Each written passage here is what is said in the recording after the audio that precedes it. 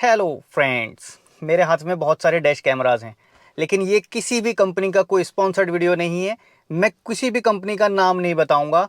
मैं आज की वीडियो में आपको बताऊंगा एक्चुअल में डैश कैमरा ज़रूरी तो है, लेकिन कई बार आपके पैसे भी खराब हो जाते हैं। डैश कैमरा तो आप ले लेते हो, लेकिन ज़रूरत पे वो काम नहीं आता। सीधा सीधा कहूँ तो डैश कैमरा में प्रॉब्लम्स कहाँ कहाँ आती हैं, क्या क्या प्रॉब्लम आती है जिसकी वजह से आपके पैसे खराब होते हैं। फिर आप जाते हो अपग्रेड करने के लिए या दूसरा लेने के लिए, तब जाके कहीं समझ में आता है कि यार ये गलती रह गई थी। या कई बार जब एक्सीडेंट हो जाता है और आप सोचते हो यार डैश कैमरा तो मेरे पास है और फुटेज उसमें मिलती ही नहीं, तो आपको अकल ठिकाने आती है कि यार ये क्या हो गया।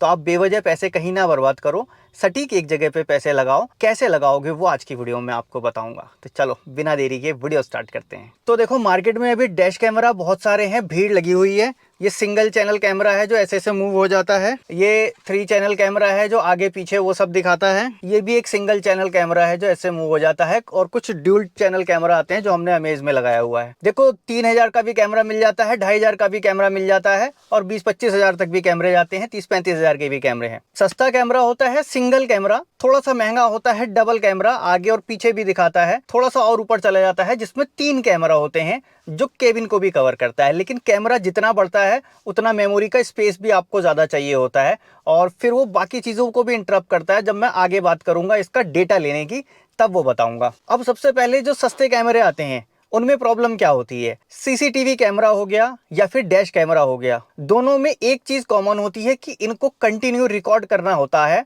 जिनके पास कैमराज होंगे उन्हें मालूम है, अगर फोन से आप वीडियो 10 मिनट रिकॉर्ड कर लो, 20 मिनट रिकॉर्ड करके देखो फोन कितना गर्म हो जाता है। तो इन कैमरा में भी गर्मी होती है, ये भी गर्म होते हैं। सस्ते कैमराज जल्दी गर्म हो जाते हैं और गर्म होने के बाद वो बीच के रिकॉर्डिंग स्किप करते जाते हैं, लेकिन वो आपको बताते नहीं है। हाँ, आपको पता कब चलेगा, जब कभी आपको जरूरत पड़ गई उस फुटेज की, जब आप ढूंढ रहे हैं और सेम टाइम का फुटेज वहां से गायब हो, तब आपको पता चलता है यार एक्चुअल में उस समय पे ये कैमरा बंद हो गया था। और ये प्रॉब्लम ऐसी है कि हर एक बंदे को जल्दी फील नहीं होती। जिसके पास ज्यादा एक्सपीरियंस होगा, जिसने ज्यादा यूज किया होगा, वही बता सकता है हाँ यार मुझे फुटेज बीच बीच में गायब मिलती है। अगर आप यूज करते होगे और आपके कैमरा में ऐसा होगा तो वो लिखना जरूर, एक वेरीफाई भी हो जाएगा ना कि हाँ मैं सही कह रहा हूँ। वो कमेंट बॉक्स भी लोग पढ़ते हैं, उससे भी बहुत लोगों को फायदा मिलता है। कैमरा ऐसा चुनना जो ज्यादा गर्म ना हो, क्योंकि उसको जब आप ड्राइव पे निकल गए 5 घंटा 6 घंटा तो वो चलता रहना होता है। और आपने अगर हार्डवेयर किट लगाई हुई है तो वो तो 24 घंटा ही रन करता है, जैसे मैंने अपनी इस गाड़ी में लगाई हुई है। कहने का मतलब है जो कैमरा ज्यादा गर्म हो रहा है, ज्यादा कैपेबल नहीं है, हल्की क्वालिटी का बना हुआ है, चाइनीज तो आजकल सारे ही हैं खैर से, लेकिन मार्केटिंग पे ज्यादा पैसा खर्चा है और प्रोडक्ट पे उतना खर्चा नहीं है, तो उनमें यही होगा। दूसरी एक बड़ी प्रॉब्लम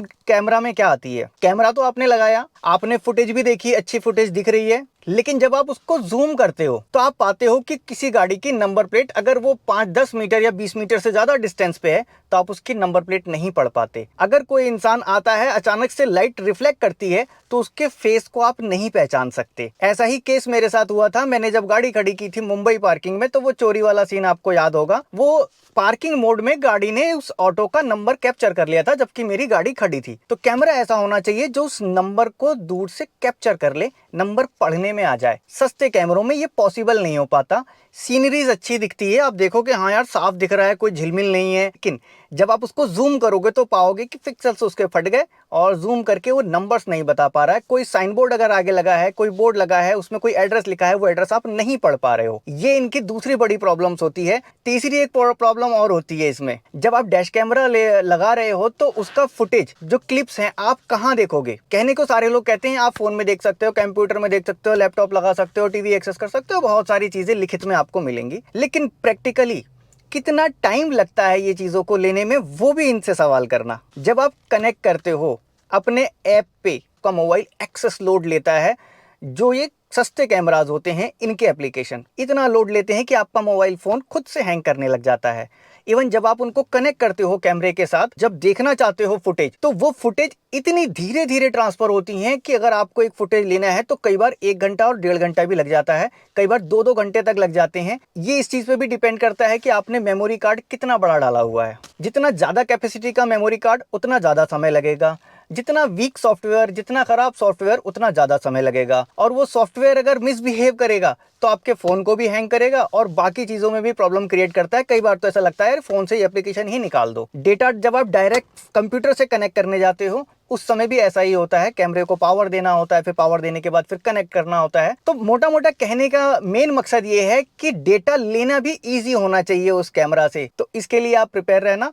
कैमरा ऐसा चुनना जिसकी कनेक्टिविटी अच्छी हो, जिसके फुटेज आप इजीली अपने फ़ोन में आराम से ट्रांसफ़र कर पाओ, उसको देख पाओ, ज़रूरत पड़ने पर उसको शेयर कर पाओ। दूसरी एक प्रॉब्लम आती है, कई बार हमारे साथ ऐसा होता है जब हम डैश कैमरा की फुटेज का यूज़ कर रहे होते हैं, साथ में उसकी कन्वर्जेशन, उसकी आवाज़ भी हमें चाहिए होती है। कैमरा में माइक भी होता है। आप देखोगे पीछे ये दो छोटे छोटे छेद बने हैं ना, ये माइक है। माइक की क्वालिटी अगर अच्छी नहीं होगी तो आपकी आवाज़ अच्छे से कैप्चर नहीं करेगा। कई बार हमारी पुलिस से बहस हो गई, कई बार गलत तरीके से लोग आ गए लड़ने के लिए, कुछ और सीन क्रिएट हो गया, तो उस समय पे मैंने क्या कहा था और उन्होंने क्या मुझे कह दिया, वो भी एविडेंस रखना होता है। डैश कैमरा है तो उसमें आवाज़ भी अच्छी होनी चाहिए। माइक उन कैमराज के मैंने देखा है कि ऐसे आवाज़ करते हैं जैसे आप उनकी रिकॉर्डिंग जब सुनोगे तो ऐसे भर भर से आवाज़ आती पीछे से, मतलब समझ ही नहीं सकता कि एक बंदा कौन क्या कह रहा है। तो माइक भी उनमें अच्छा होना चाहिए और वो माइक समय समय पे ऑन भी रहना चाहिए। कई बार फुटेज में सिर्फ क्लियर आपको फुटेज दिख रही होती है लेकिन आवाज़ नहीं होती है। अब माइक के बाद डैश कैमरा की एक कॉमन प्रॉब्लम होती है नाइट विजन। डे में तो वो कैमरा बहुत बढ़िया रिकॉर्ड कर रहा होता है, लेकिन नाइट में वो जब रोशनी पड़ती है तो वो ग्लेयर आ जाता है उसके आगे, ना नंबर प्लेट रिकॉर्ड कर पाता है और ना ही एक इंसान को पहचान पाता है अगर घटिया क्वालिटी का कैमरा है तो। अब बार बार मैं क्वालिटी की बात कर रहा हूं तो इससे आपको ये ना लगे कि बहुत महंगा कैमरा लो लोगे, बिल्कुल ऐसा नहीं है कि हर महंगी चीज अच्छी ही होती है। आप ध्यान रखना जो डैश कैमरे का काम है वो काम करना चाहिए, ना कि उल जलूल के बेवजह के काम करे। जितना सिंपल कैमरा होगा उतना अच्छा काम करेगा। बेवजह का इधर घूम लेगा उधर घूम लेगा, रडार बता देगा, लाइन दिखा देगा, वो दिखा देगा, फलाना ठिकाना, वो सब चीजों के चक्कर में मत रहना। जितना कॉम्प्लिकेशन बढ़ता जाएगा वो वाली कामों को तो करेगा, लेकिन वो लोड सारा उसका चिप पे आएगा, लोड उसके हार्डवेयर पे आएगा, गर्म होगा, आपकी जो मेन फुटेज है उसको स्किप कर देगा। तो एक बेसिक सा कैमरा लेना, क्वालिटी अच्छी हो ये इस पे जोर देना, ब्रांड अच्छा हो उस पे जोर देना, कैपेसिटर अच्छा हो, चिप सेट उसके अंदर अच्छा लगा हुआ हो, साथ में जो एक मेमोरी कार्ड हम लोग यूज करते हैं वो भी एक बड़ा मेन रोल निभाती है इस डैश कैमरा के अंदर। ऐसा नहीं कि कोई भी सस्ती मेमोरी कार्ड लेके आपने यूज कर दिया और फिर एक्सपेक्ट करोगे कि नहीं मेरी सारी फुटेज इसमें मिल जाएंगी। मेमोरी कार्ड अच्छी क्वालिटी का लेना चाहिए। A10 लो, U3 प्लस लो, जितना हाई स्पीड का मेमोरी कार्ड होगा उतना अच्छा काम करेगा, अदरवाइज वो फिर मेमोरी कार्ड वजह बन जाएगा आपके डैश कैमरा को गर्म करने की। इसके अलावा डैश कैमरा में एक प्रॉब्लम और आती है टाइम रीसेट होने वाली। आपका डेट और टाइम अपने आप बार बार रीसेट हो जाता है, आप परेशान हो जाते हो। पहले कुछ दिन तो वो सही चलता है, कुछ दिनों बाद पता लगता है कि मैं जी रहा हूँ अभी 2026 में, ये दिखा रहा है 2015 की बात, सुबह के 4 बज रहे हैं और ये रात के 12 बजे दिखा रहा है। तो ये सारी चीजें भी डिपेंड करती है कैमरा के ऊपर।